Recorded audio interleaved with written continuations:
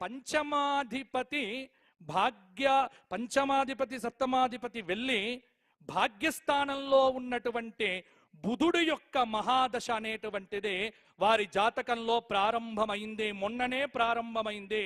కాబట్టి వారికి అద్భుతమైనటువంటి అవకాశములతో పాటు పేరు ప్రఖ్యాతులు, కానీ విపరీతమైన నరఘోష వారిని కొంత కదిలించి వేస్తూ ఉంటుంది.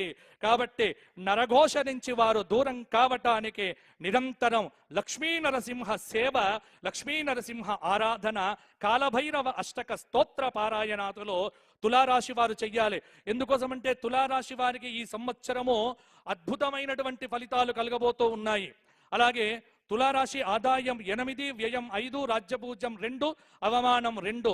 కాబట్టి తులారాశి వారికి ఈ సంవత్సరము తిరుగులేదు.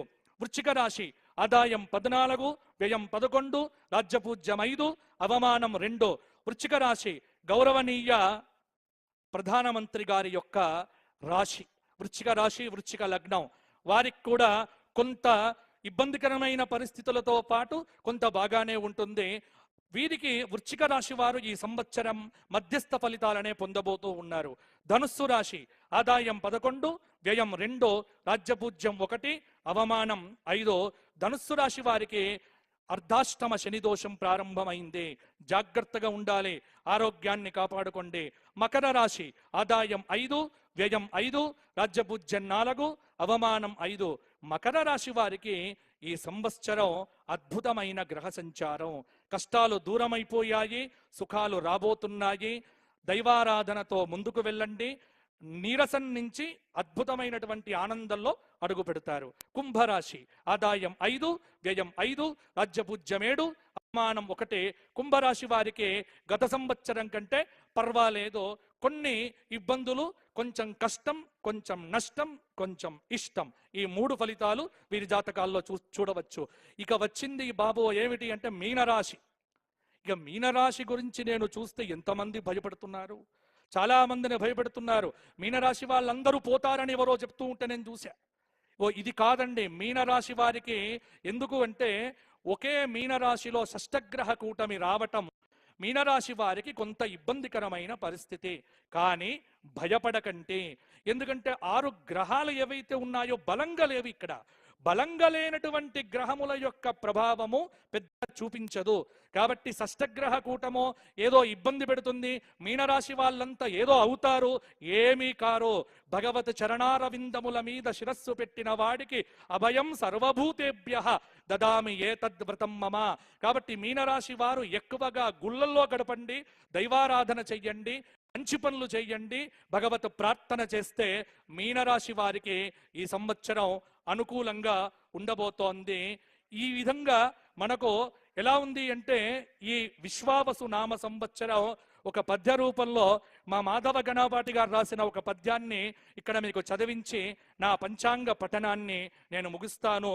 ఏమిటి అంటే ఈ విశ్వావసు వసులన్ మతులన్ త్రుంచునే క్రమముగా, వసులన్ మతులన్ త్రుంచునే క్రమముగా, విశ్వావసున్నామకన్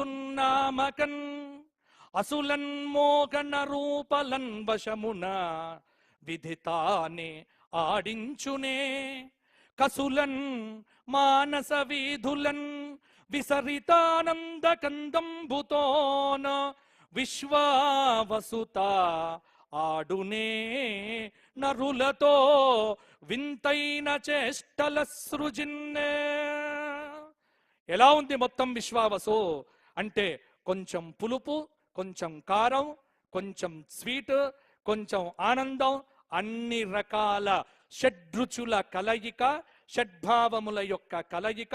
సుఖముంది, దుఃఖముంది, ఆనందముంది, ఐశ్వర్యం ఉంది, అన్నీ ఉన్నాయి. కానీ అనుభవించే వాళ్ళు కొంతమందే. ఆ కొంతమంది ఎవరు అనేటువంటిది మీ సాధనను బట్టి, మీ ఆరాధనను బట్టి, ధర్మాన్ని తప్పకుండా, శాస్త్రాన్ని తప్పకుండా, భగవంతుడి యొక్క దివ్యమైనటువంటి అనుగ్రహాన్ని పొందినటువంటి ప్రతి ఒక్కడు కూడా బాగుంటాడు. నా తెలంగాణ రాష్ట్రానికి అద్భుతమైనటువంటి రోజులు వచ్చి ఆ స్వామి యొక్క, ఎందుకంటే వెంకటేశ్వర భగవానుడి యొక్క అనుగ్రహంతో విశ్వేశ్వర విలసత్కృప శాశ్వత సత్యామృత ఫల సంపత్కర విశ్వావసురూపంబున విశ్వజనుల కందుగాక విజయాకృతియే. ఇది మా జొన్నవిత్తుల గారు చెప్పినటువంటి మాట. కాబట్టి విశ్వావసు నామ సంవత్సరం మీకు విజయ పరంపరలను కలిగించుగాక. కాబట్టి ఎవ్వరు సందేహాలు విడిచిపెట్టండి, ఆనందంగా పని చెయ్యండి. ఒక్కటే చిట్ట చివరి మాట ఏమిటి అంటే, విశ్వావసు నామ సంవత్సరం కష్టపడే వాడికి మంచి